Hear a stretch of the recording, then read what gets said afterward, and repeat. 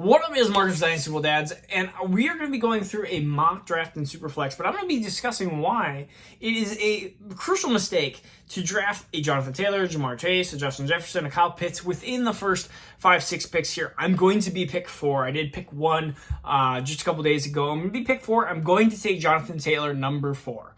And I'm going to show you the reason why, like when I had Josh Allen and I had Russell Wilson, the strong QB opening, and really set myself up for the future, how this is going to be a little bit more difficult. And I'm going to see what gets dropped to me, what kind of players I'm going to have compared to the roster I had on Monday. So we are going to resume the draft here, and I'm going to take Jonathan Taylor. I almost said Patrick Mahomes.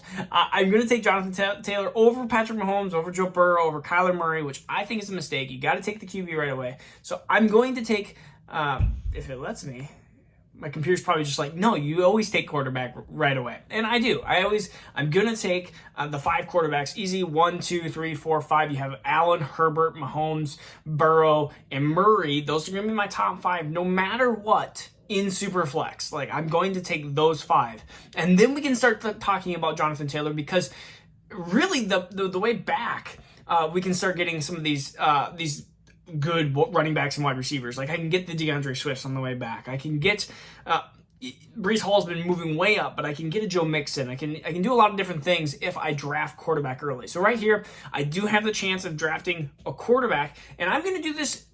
So you can draft Russell Wilson here as being your quarterback 1. Instead of being my quarterback 2, I can have him be my quarterback 1, or I can take Jalen Hurts, or I can try to risk it, which you do have a lot of teams that have a quarterback drafted right away. So a lot of people might go, hey, I would rather have a Joe Mixon, Dalvin Cook, a Breece Hall, something along those lines. I want a really not quarterback heavy draft. And so I'm going to just do it. I'm going to take Joe Mixon, Devontae Adams, Dalvin Cook, Stephon Diggs. I'm going to actually just take Russell Wilson, because I think that would be the best pick here if I did have Jonathan Taylor. So I'm going to take Russell Wilson. Hurts goes right behind me, would be the next pick probably off in my head. That'd be the next person I'm getting. So really, I have Jonathan Taylor, Russell Wilson, which is not a bad place to be at. There's Deshaun Watson. There is Trey Lance. But there's Stephon Diggs, Jalen Waddle. I'm going to take my stud wide receiver here. I'm going to take Jalen Waddle as my wide receiver 1. And I already don't feel great about my team. We have 1, 2, 3, 4, 5, 6, 7, 8, 9, 10, 11, 12. Like 12 quarterbacks have gone. Pretty much every team has one. And now there's a couple more that have just got taken. Trey Lance, Deshaun Watson, Trevor Lawrence. Yeah, Trevor Lawrence, which I got round 501 last time. It just shows the difference between. So now my quarterbacks are really Matthew Stafford, Justin Fields, Aaron Rodgers. If this was a team that I want to win now, so Matthew Stafford should be the pick here. You look at other players like Aaron Rodgers, age, Derek Carr, Justin Fields. Justin Fields would be an argument here, but Matthew Stafford is, only 34. He was the 5th overall quarterback here, so I need to still go quarterback strong here. I want to see what my roster looks like with Jonathan Taylor going 104. I mean, maybe I'll end up liking my team, but you have to do these different mock drafts here. So now, tight end wise, Kittle, Kelsey, Pitts, and Andrews are gone. The top 4. I don't want Waller. Hawkinson's a maybe, but not at this point. Maybe if he comes back at 609, which I don't think he will. So Justin Fields could be another option here if I really, really want to go quarterback strong. There is Mr. Ken Walker, Treylon Burks, Terry McLaurin, Aaron Jones, Garrett Wilson, Mike Evans. I want to win now team, so I am good. I understand that Jalen Waddle was my first pick. I am going to take Terry McLaurin. He's a little bit older, but he's in his prime. He has a different quarterback. And again, I want to win now. And so I'm going to punt kind of on that RB2 position, assuming that Jonathan Taylor is basically my RB1 and RB2 all in one. And I want to see which quarterback and stuff that I can get later on. And right now, lots of good quarterbacks left. So this is round 1, 2, 3, 4, 5. This is round 6. I am shocked that Justin Fields is still here. I don't understand it. Sometimes I think Sleeper with their mock drafts are kind of inaccurate with quarterbacks. I think it's one of the most inaccurate positions that they end up doing with mock drafts, because I never see Justin Fields here in the 6th round. but I'm going to take him here because he shouldn't be here. And so I'm going to take him here, and we'll see. I mean, I like Russell Wilson, Matthew Stafford, and Justin Fields. So really the difference is I don't have Josh Allen. I have Matthew Stafford. And I have, instead of Joe Mixon, I have Jonathan Taylor, which I like Jonathan Taylor better, of course. But let's see what we got. A.J. Dillon, Amari Cooper, Amon-Ra St. Brown, Darnell Mooney.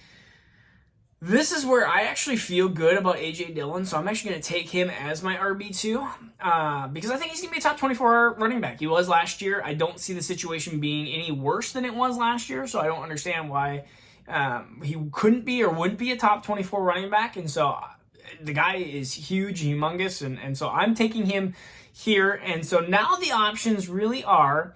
let's see. We're starting to get Tony Pollard, Kareem Hunt. Kareem Hunt, always my favorite RB 2-3-ish type area because he always seems to be a stud. We have Hunter Renfrow, Michael Thomas, Brandon Cooks, another one of my favorites, Jahan Dotson. I love all these types of players into here. Tight end wise, we have Dallas Goedert, Pat Freiermuth. I am going to take, since I do really love Pat Freiermuth. I really do. And so I'm going to take Pat Freiermuth here in the tight end premium. And Dallas Goedert goes right after, which is important because we're also kind of stuck in Gesicki land. Komet's there as well, which is not a bad decision. I like Komet equally. So running backs, Tony Pollard, Dameon Pierce, Kareem Hunt. Wide receivers, Hunter Renfrow, George Pickens, Brandon Cooks. I am going to take Mr. Brandon Cooks. Ooh, or Jahan Dotson. I'll take Brandon Cooks. I'll hope that something comes along on the back end here. So, really, my quarterbacks here, Russell Wilson, Matthew Stafford, Justin Fields. Running backs, JT, A.J. Dillon. Wide receivers, Jalen Waddle, Terry McLaurin, Brandon Cooks. Not horrible. I feel like I'm a really good overall team. I just don't have the high end... Like, I still feel a little bit bad about my quarterbacks. My quarterbacks in 5 years, I'm going to be scrambling. So, again, this depends on what kind of league you're in. Because if you feel like your league is going to be around for 10 years, that you're going to need to make some moves to dump Stafford in a year or two, probably for somebody younger. And hopefully you can get into the 2023 class or 2024 class for quarterbacks here. Isaiah Spiller, Michael Carter, Devin Singletary. We're starting to really get into thin running back mode. Wide receivers, Christian Kirk, Tyler Lockett, Adam Thielen, who I actually really do like. And here I'm going to take, and I don't like it, but I'm going to take Cordell Patterson as a win-now type of player. He is, again, potentially going to be an RB. I mean, he was an RB1 last year. I mean, he could easily be an RB3 this year, and I would be ecstatic with my A.J. Dillon and Jonathan Taylor type of players. And so, really here, I need another wide receiver. I really do. Michael Gallup, Tyler Lockett, Adam Thielen. Adam Thielen is the one-year man. Like, this is a team that Russell Wilson, Matthew Stafford's a little bit older, but I'm looking at other players. I got David Bell, Alec Pierce, Rondell Moore. I'm going to take Adam Thielen. I'm just going to take him here. And so we'll stop the draft at that point here so you guys have a little bit of an idea. But my roster, it's fine. The problem is again, if I didn't take Jonathan Taylor and Russell Wilson, I could have had Pat Mahomes or Joe Burrow, and the running back choices I would have had would have been Joe Mixon, Dalvin Cook, Breece Hall, Derrick Henry, into that range. And I would rather have Patrick Mahomes or Joe Burrow or Kyler Murray and the ifs of Joe Mixon or Breece Hall versus having Jonathan Taylor and Russell Wilson. That is the number one argument I always have against picking Jonathan Taylor or even Jamar Chase or Justin Jefferson, which I've seen go in the top of 6-7 picks. I've even taken in many drafts Dak Prescott over Jonathan Taylor, over Justin Jefferson and Jamar Chase because I'm okay with, at that point, getting a running back like Javonte Williams or DeAndre Swift, or getting the wide receiver like Cooper Kupp or CeeDee Lamb. Because the difference between Dak Prescott and usually into that beginning of second is still Jalen Hurts, Russell Wilson area. I mean, it was kind of shocking that no team, there was two teams, Team 10 and Team 12, that did. I got lucky. I'll say I got lucky in this mock because Russell Wilson got taken. I took him here. If I'm Team 6 with Justin Jefferson. Justin Jefferson's the first team. We're going to go through this just a little bit here, guys. I know, bear with me. They have Patrick Mahomes, or no, they have Justin Jefferson, Austin Eckler, Trey Lance, Cam Akers. Like that, their team is going to be bad. It's going to be a bad team. You're going to be relying a lot on Justin Jefferson and Trey Lance, hoping for a breakup. They have Trey Lance and Mac Jones as their top 2 quarterbacks. They easily, at 207, could have taken Russell Wilson, and now I'm stuck with Jonathan Taylor, Jalen Hurts.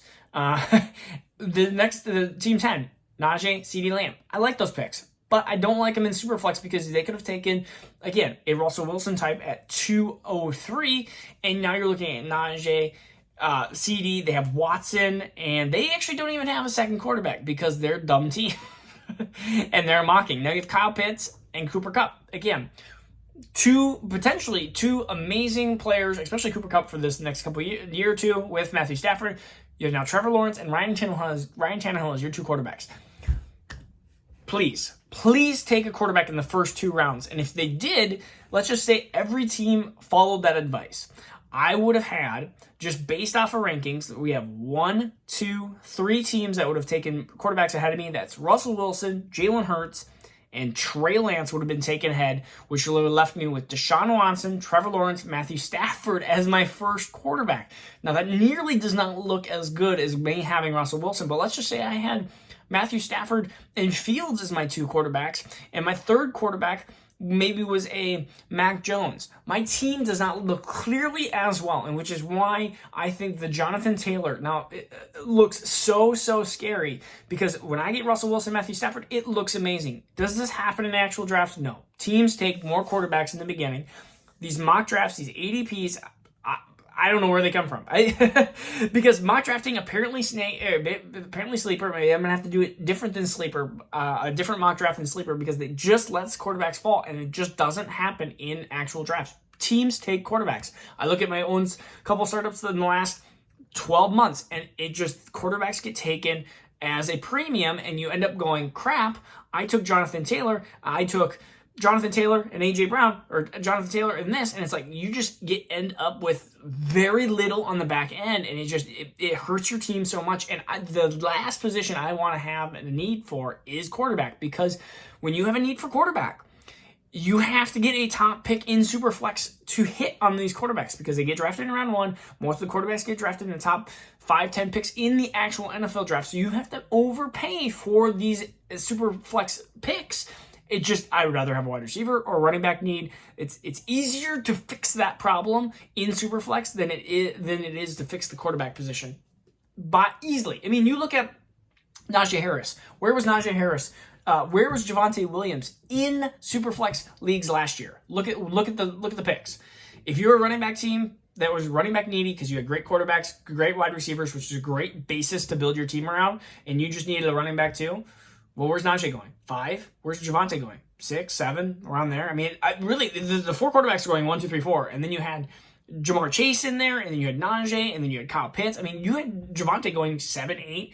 Like, you're already a playoff team, and you get a stud running back that gets drafted in the top 2 rounds in Superflex. You have to trade so much more to get into that top 3. Look at even the Tua year where you had Burrow, Tua, and Herbert. A lot of times, those were the first 3 picks in very, very good leagues. That's what they usually do. So again, this is Marcus Dynasty Superflex. I hope you learned something here. Draft your quarterbacks. All right, peace out. Take care. We'll see you tomorrow.